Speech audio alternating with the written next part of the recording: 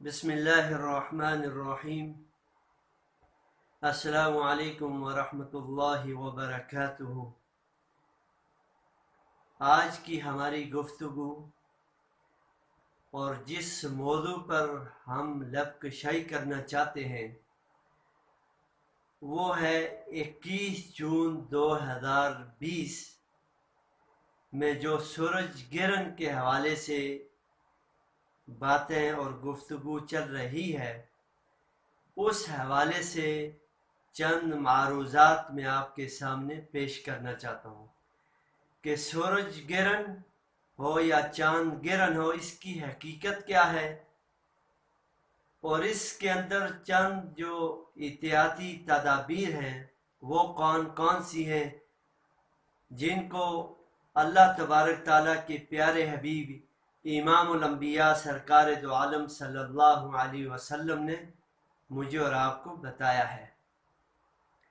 تو سب سے پہلے یہ جان لینا چاہیے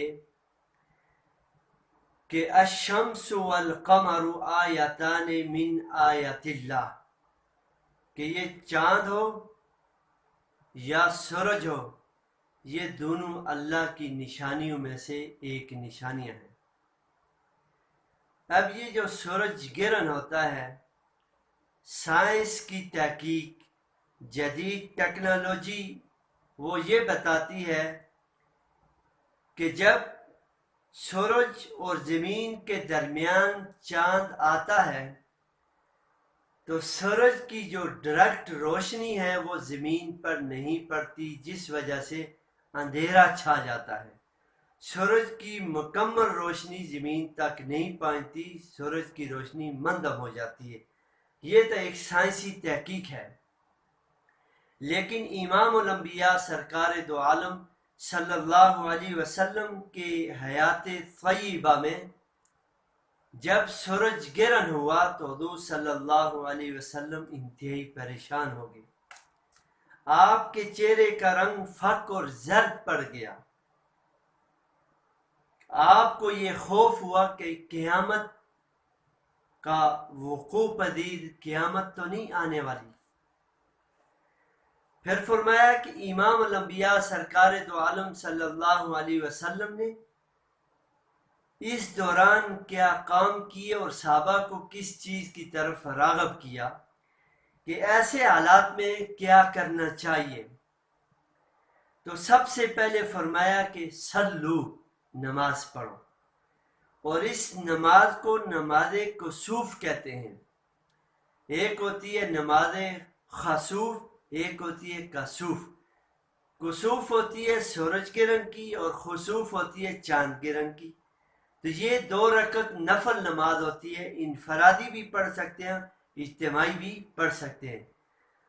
اور اسی طرح پھر فرمایا کہ دعاؤں کا اہتمام کرو، اور تیسرے نمبر پر ذکر، اللہ کو یاد کرو، اور چوتھے نمبر پر استغفار، اپنے گناہوں پر نادم اور شرمندہ ہونا چاہیے۔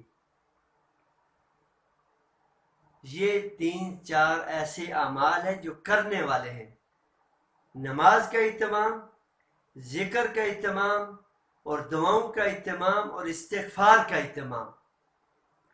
اور اسی طرح علماء اور مفسرین اور محدثین نے لکھا ہے کہ یہ جو سورج گرہن ہے اس کی حکمتیں کیا ہیں۔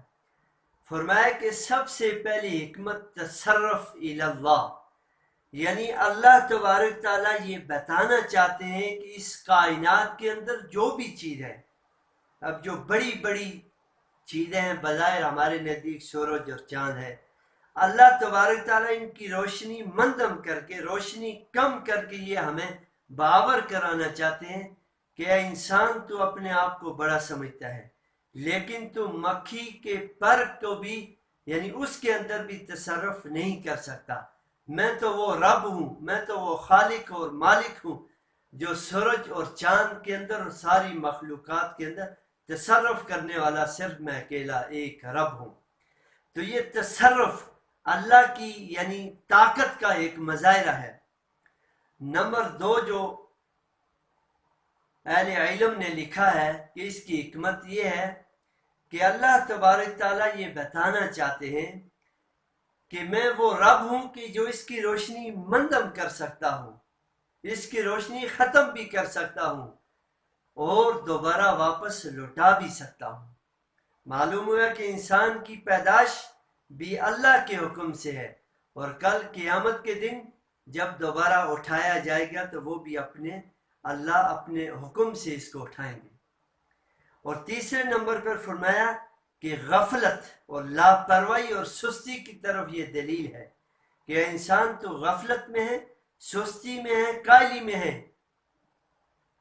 کہیں بھی ایسا وقت آ سکتا ہے کہ تیرا وقت، تیری زندگی کی سانسیں مکمل ہو جائے اور تو میرے پاس آ جائے، تو غفلت میں ہے، یہ تو اللہ کی نشانیاں نہیں دیکھ رہا۔ تو یہ کہ غفلت کی طرف ہمیں بتایا جا رہا ہے کہ غفلت نہیں کرنی، اگر غفلت میں پڑے ہو تو توبہ کر لو۔ اور نمبر 4، چوتھی جو حکمت ہے، اس سورج گرہن اور چاند گرہن کی وجہ سے اللہ قیامت کی ایک جھلکی، قیامت کا ایک منظر پیش کرنا چاہتے ہیں کہ جب قیامت آئے گی تو سورج مغرب سے طلوع ہوگا، بے نور ہوگا، زمین کا نظام تہس نہس کر دیا جائے گا۔ تو آج جو سورج کی روشنی مندم ہوئی ہے، یہ دلالت ہے اس بات کی، یہ دلیل ہے اس بات کی کہ ایک دن ایسا آئے گا کہ سورج کی روشنی ختم ہو جائے گی۔ اے انسان، تو کہاں آئے گائے بگائے تو گھوم پھر رہا ہے؟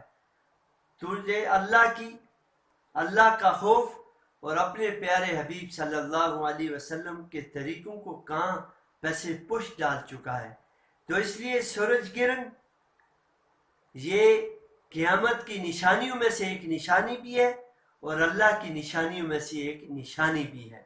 تو انسان کو چاہیے، ہم بحیثیت مسلمان ہونے کے ہمیں یہ چاہیے کہ ہم لغو تحقیقات کے بجائے ہم ان امور اور وہ کام کریں جن کی نسبت سرکار دو عالم صلی اللہ علیہ وسلم کی وجہ کی طرف ہے۔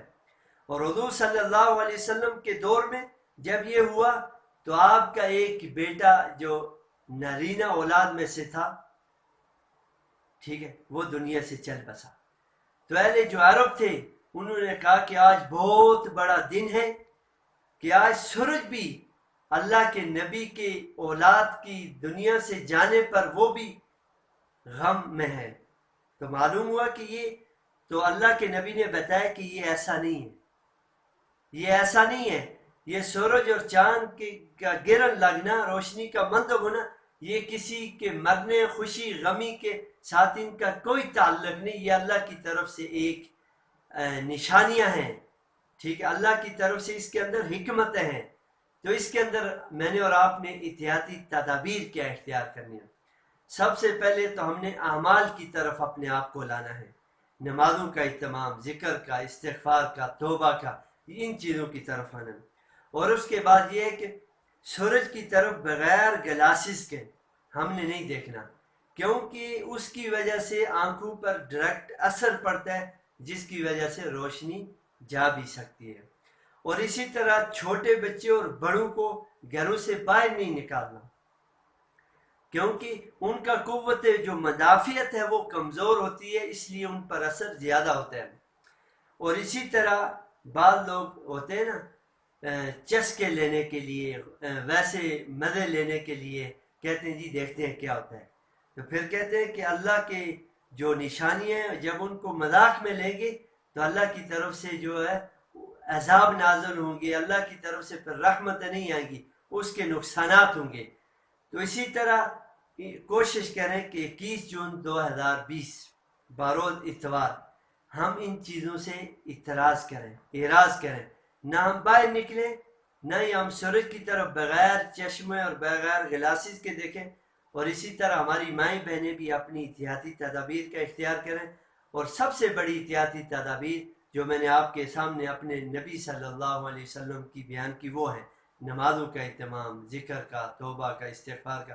اللہ تبارک تعالیٰ مجھے اور آپ کو اور ہمارے ملک پاکستان وطن عزیز کو ہر طرح کی آزمائش، پریشانی اور مصیبتوں سے محفوظ رکھے۔ وآخر دعوانا ان الحمدللہ رب العالمین۔